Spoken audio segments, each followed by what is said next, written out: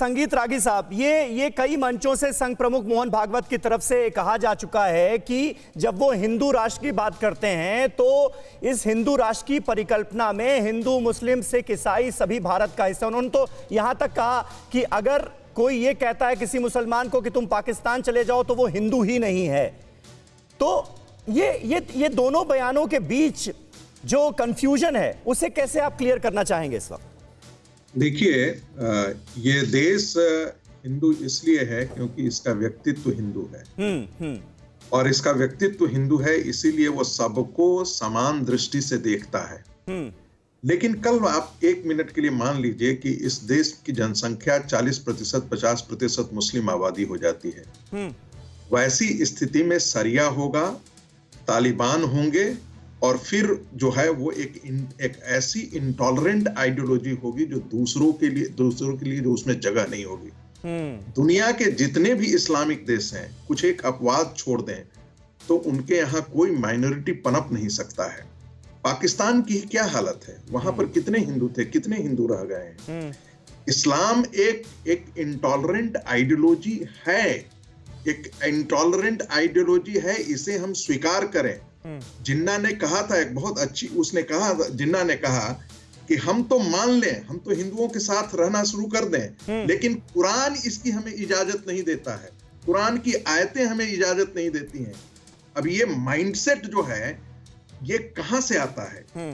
ये एक religious ideology से आता है।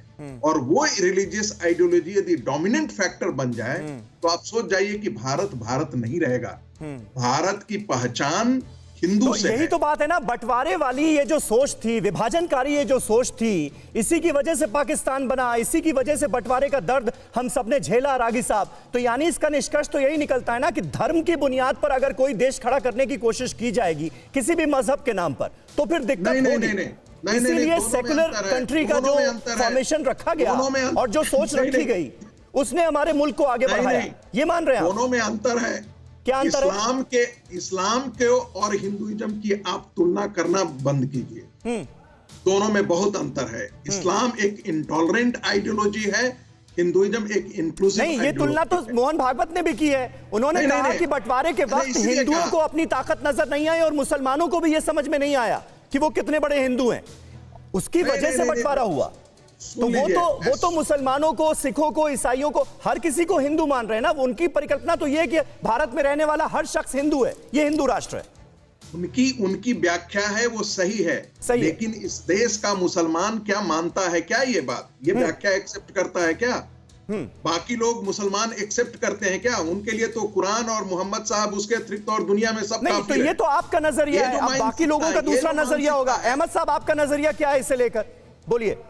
देखिए, ये जो बात कह रहे हैं ये कुंठा की बात है इनकी। ये कंपटीशन नहीं कर पा रहे हमसे। हम टॉलरेंस के, इस्लाम से ज्यादा टॉलरेंस किसके पास है? आप बताइए। कुरान जो है सिर्फ पाकिस्तान, इंडिया की बात करती है कि पूरे सृष्टि की बात करती है। कुरान में कहां लिखा है कि सिर्फ भारत और पाकिस्तान के अंदर विवाद रहेगा? ऐसा कुछ नहीं है। पूरी दुनिया में 40 साल के अंदर आधी आबादी मुसलमान हो गई, कुछ था तब हो गई। देखिए, धर्म के आधार पर आप किसी का विभाजन करेंगे या धर्म के आधार पर आप ऊंच नीच, भेदभाव, छुआछूत करेंगे तो कौन आपके साथ रहेगा?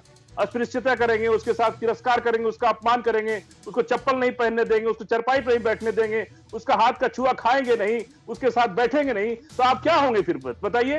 यही है इस्लाम के आगे बढ़ने का मेन कारण कि इस्लाम ने छुआछूत, भेदभाव को खत्म किया, तिरस्कार और अपमान को खत्म किया, सबको इक्वलिटी की बात की, एक होने की बात की, सबको बराबर सम्मान देने की बात की।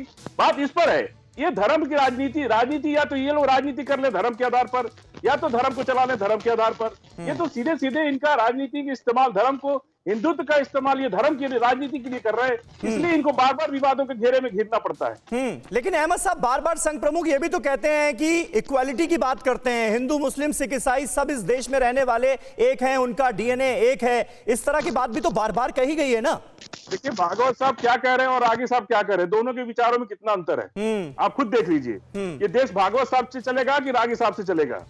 भागवत साहब क्या बोल रहे हैं और रागी साहब क्या बोल रहे हैं, आप यही देख लीजिए कि इनके मन में कितना जहर भरा पड़ा है। और ये जहर भरने से थोड़ी आप आगे बढ़ जाएंगे, जहर को निकालने से आगे बढ़ता है। ठीक है। अड़ी सोमवार से शुक्रवार शाम 6 बजे सिर्फ TV9 भारतवर्ष पर।